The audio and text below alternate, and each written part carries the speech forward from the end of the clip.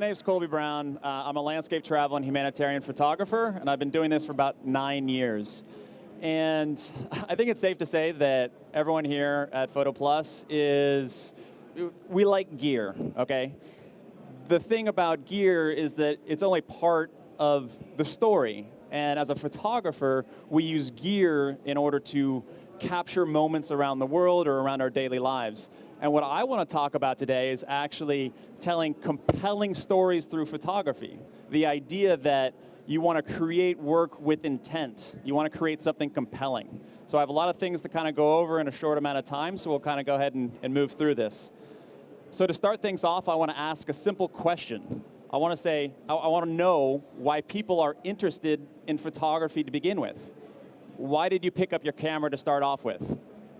I think a lot of people got into photography because it allows them to separate themselves from their daily lives. Maybe you guys have other jobs and allows you to go outdoors and to try new things. I think for some photographers, it allows you to have experiences that you never thought you could have before. This is a picture of me doing some work with the Maasai in East Africa, as well as the Yiping Lantern Festival in northern Thailand. Things that, before I started, I never thought I might have experienced. Or maybe it's a creative outlet. Maybe you're a creative that enjoys the process of actually experiencing or seeing something out there, capturing it, and putting your own spin on it. You know, whether it's post-processing, whether it's how you're exposing for your photos, you know, what aperture you're using or where you're shooting or what you're interested in. But I think at the end of the day, while all three of those are quite important, I think it's also important the fact that we're creating things that we like to share, okay? Whether we're taking photos of our children or whether we're traveling around the world or doing photographing concerts, we're creating content with the idea that we're sharing it with other people. Here's, you know, everyone loves Instagram these days. This is a photo of a marketing project I worked on with Canadian Tourism Board, shot on all Sonys, and the idea that we're constantly creating content that we want to share with other people. And this has been true from the very beginning, whether we're talking about the first cameras that ever came about to the latest mirrorless cameras here from Sony. The idea that we're creating content that has value, that has something that it's trying to tell. And if we look at, these are two of the earliest photos ever taken, back in 1828 and 1834, I believe. And even looking at them, there's something that the photographer was trying to capture, something unique, something that caught their eye. And at the end of the day, the reality is that photographers are visual storytellers. Now, who here has seen the Martian movie lately or has read the book? Anyone here? We got a couple back there, absolutely. As an author, The Martian, which is a wonderful story, had 301 pages essentially to tell a story. The movie was 141 minutes. Now, as a director or as an author, you have that amount of time in order to capture someone's attention. As a photographer, you often have a single frame. You have a single moment that you can share to capture someone's attention in order to tell some sense of a story. The idea that a photograph is worth 1,000 words really helps.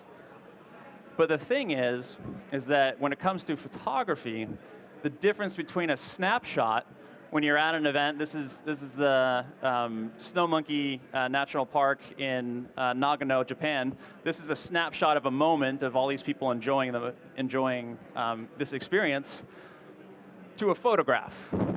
The idea that you're capturing something and you have intent behind it. You're trying to share an experience. You're trying to tell a story through that single frame. Now, if we take a second and actually look at a typical story arc for a story, you can see that we have many different standard points, whether we're writing a book, whether we're taking a single image, or whether we're creating a video.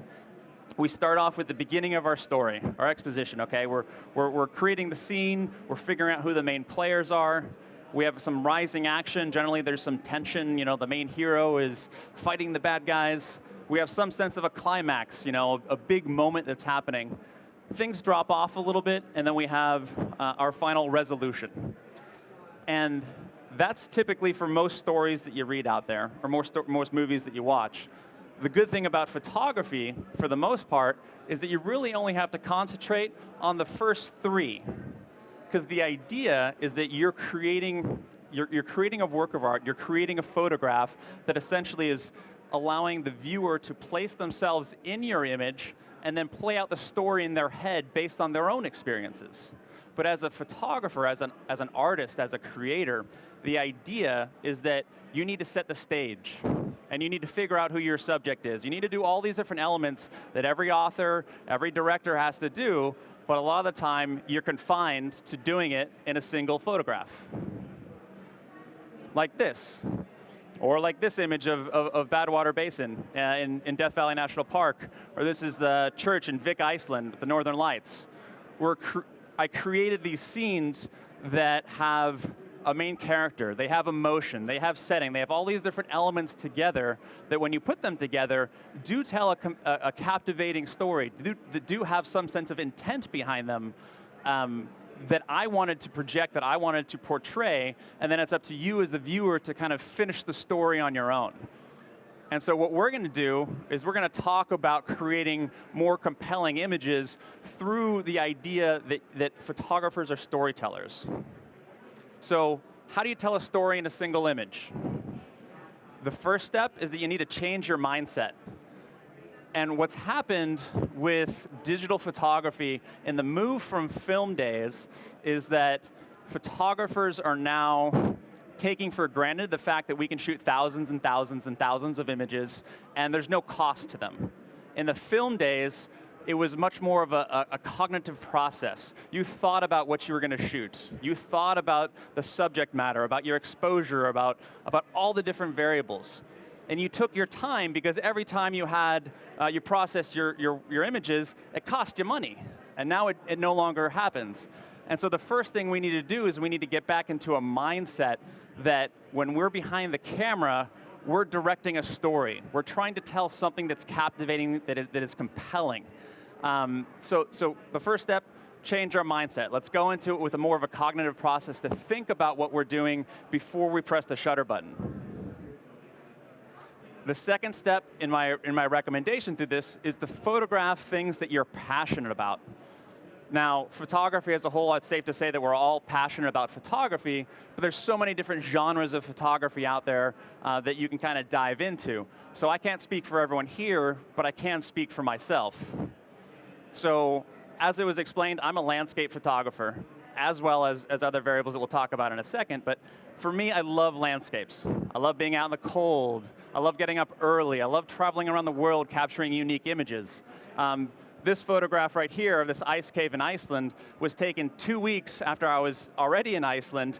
I broke 2 ribs ice climbing, getting to these caves, flew back to Denver, got patched up, jumped on a plane 2 weeks later, came back here, got back into my ice climbing gear and went back out there.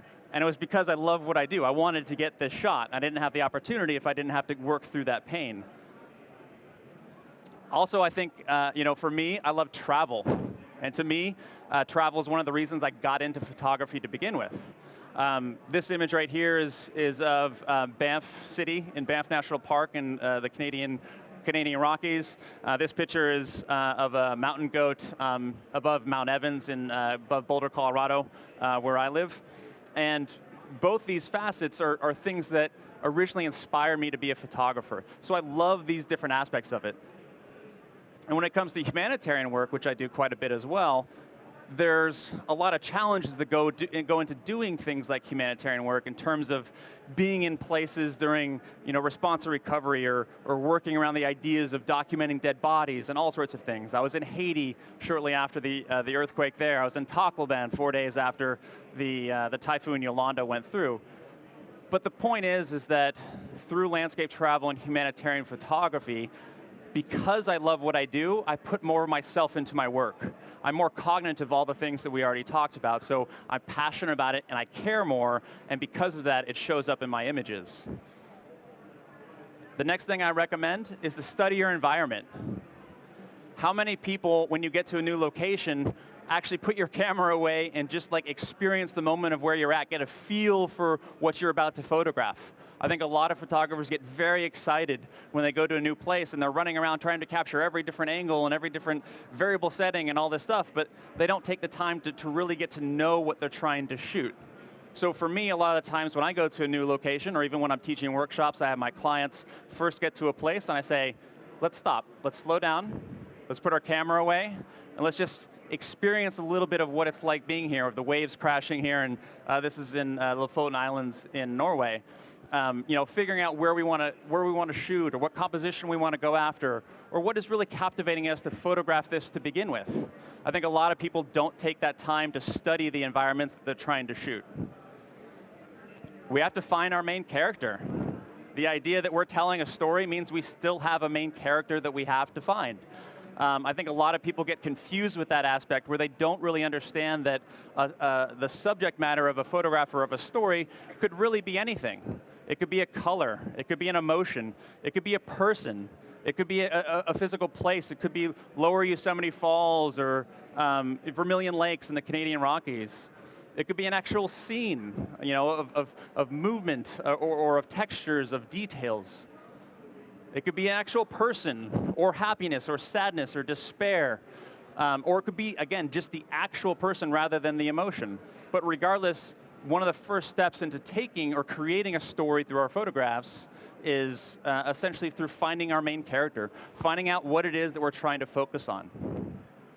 The next thing is going to be to frame our story. So if we're sitting there and we've selected our subject, we need to have a scene, we need to have a place. For me, this comes down to, a lot of the time, to composition. So how am I going to compose my photograph in a way that exemplifies my subject? A lot of people don't put too much thought into that. They sit there and say, oh, there's this beautiful waterfall, or oh, there's the sunset happening. But they're not thinking about their composition in a way that heightens their subject, that puts the focus on what they're trying to capture. And a lot of this can come down to changing your perspective, moving around, trying different angles, finding the best way in order to create captivating images that highlight that subject that we originally found. Another tip that I have is to don't overly complicate your images. Again, I think a lot of photographers go to scenes and they get just so wowed by what they're seeing, whether they're visiting a new country or a new event or a new concert or their child's doing something new. They're so enamored by this event that they don't take the time to remove distractions and essentially to simplify what they're trying to shoot. For me, it's very easy in this situation. This is some wildlife photography that I've done. This tiger image you've seen probably on the banner out here for Photo Plus, as well as this picture of the Japanese snow monkey. Both of them used telephoto lenses. I knew the subject I wanted to work with. I zoomed in, I composed my shot. I essentially removed all the distractions. This photo of the snow monkey was happening in the same place where you saw that early snapshot, where there was a ton of people around everywhere. But if I captured all those people, it would take away from my subject, from the story I was trying to tell. So simplify your compositions. And the same thing can work with landscape photography or portrait photography. The idea that we want to remove these elements that essentially are taking away from the story we're trying to tell. For me, sometimes this can be, again, isolating using telephoto lenses in landscape situations, which a lot of photographers don't do, or it can be just concentrating on that, again, that story we want to tell and trying to compose in, to crop in, and essentially remove those other distracting pieces. Yes?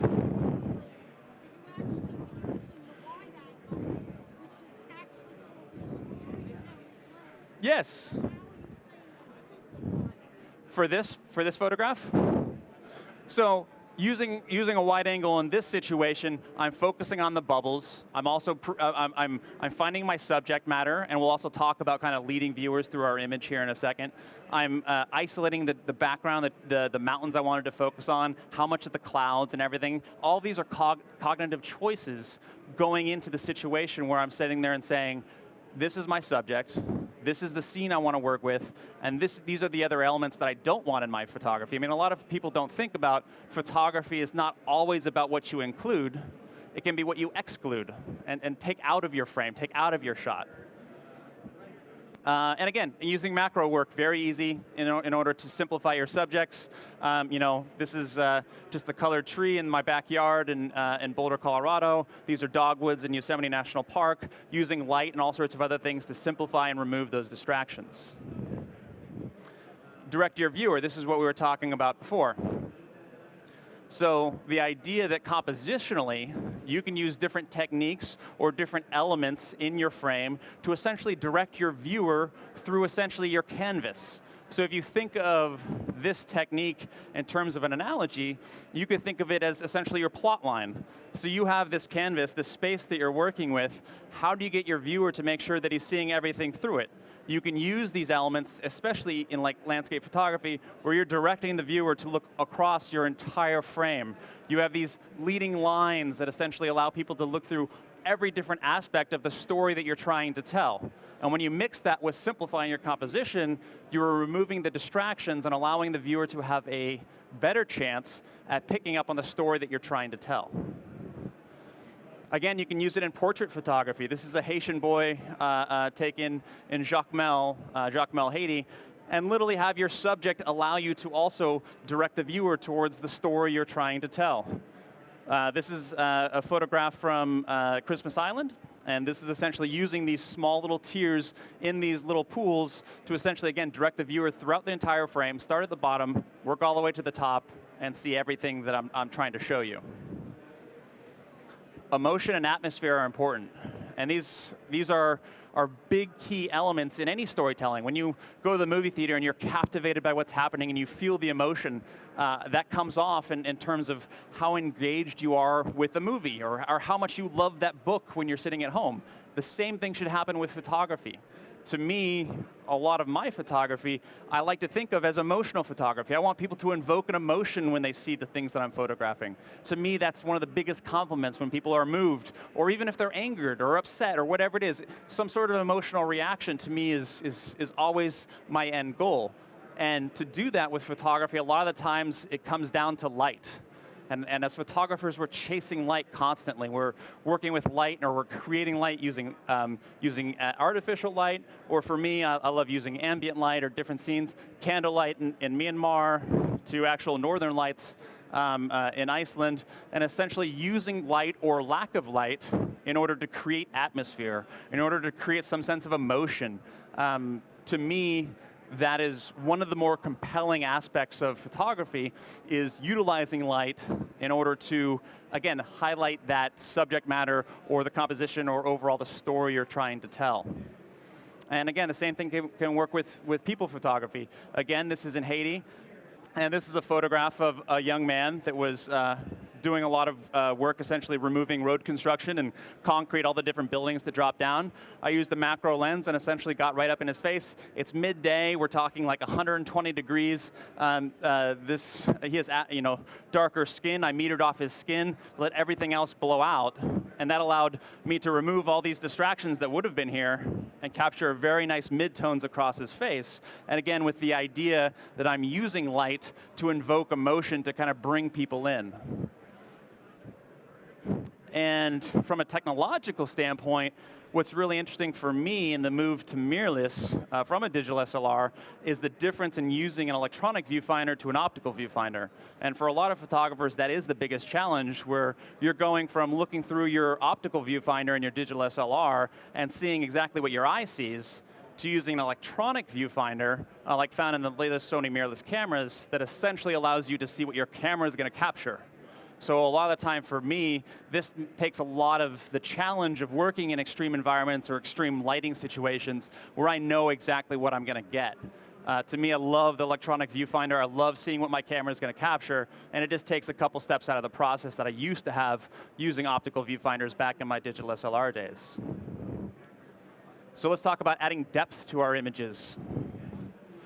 So the idea that you can use composition, you can use different types of lenses, like the 16 to 35 FE lens here with the A7R, get really low to your subject, allow a ton of depth to happen essentially from where your focus point is to kind of work through the entire scene. Or you can use more of like a 55 to an 85 millimeter and use a shallow bokeh, again, to have your subject stand out from the background and essentially allow the image to feel almost 3D, to feel like people are seeing a moment rather than just a static 2D representation of this experience that you had. Capturing movement is another great way in order to invoke, again, emotion and everything that's happening. Again, this is very easy with landscape photography, using waterfalls and light mixed together in order to create these dynamic situations. Perspective and scale. The idea, especially when you're using wide-angle lenses, to allow subject matter to creep into your photographs that give the idea that the story you're trying to tell is a little bit grander than it would have been otherwise.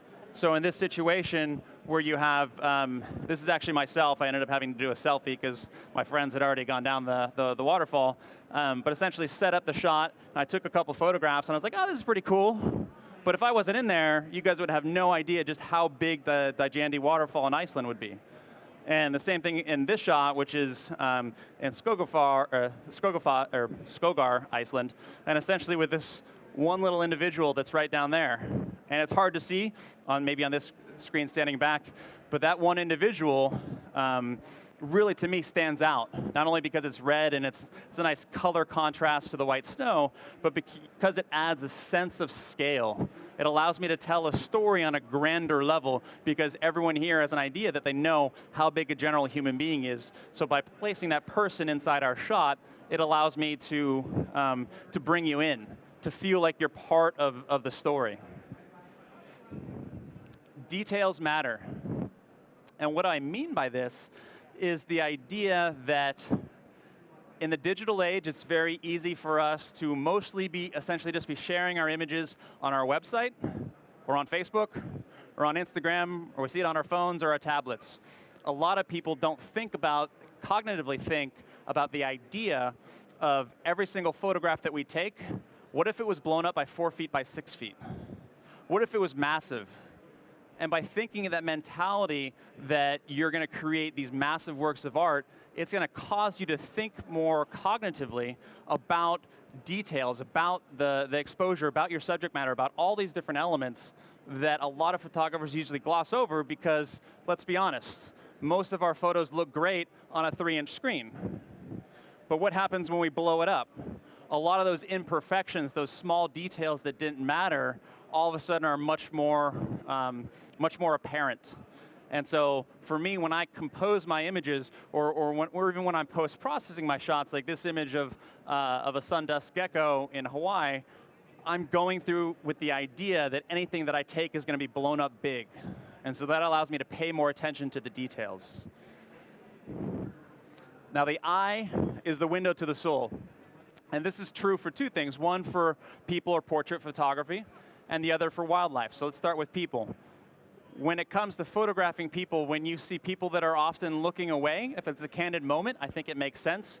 But if you're really trying for your viewer to feel connected to your photography, then you want to see their eyes. You want to be able to almost feel like you can make eye contact. To me, portrait photography where you have that feeling allows you to feel like you're standing there talking to this person. And again, it allows you to become more emotionally engaged with my image, or your image, or whoever's image. The idea that you can, you feel connected on a human level, to me, is very important in this type of photography. And the same thing can happen with wildlife photography. The idea that if you're photographing, a lion on the Serengeti, or again, a Japanese snow monkey, you're waiting for that right moment where your subject is looking up. Maybe they're having a very, very posturing, a moment where they're thinking about what's happening, or maybe they're over here and they're in their world, but you feel connected to it because you can see their eyes. So a lot of the times for me, I'm waiting for that one moment. 5 minutes? Perfect. I'm waiting for that right moment because I want to either make that eye contact or I want to see like literally the whites of their eyes.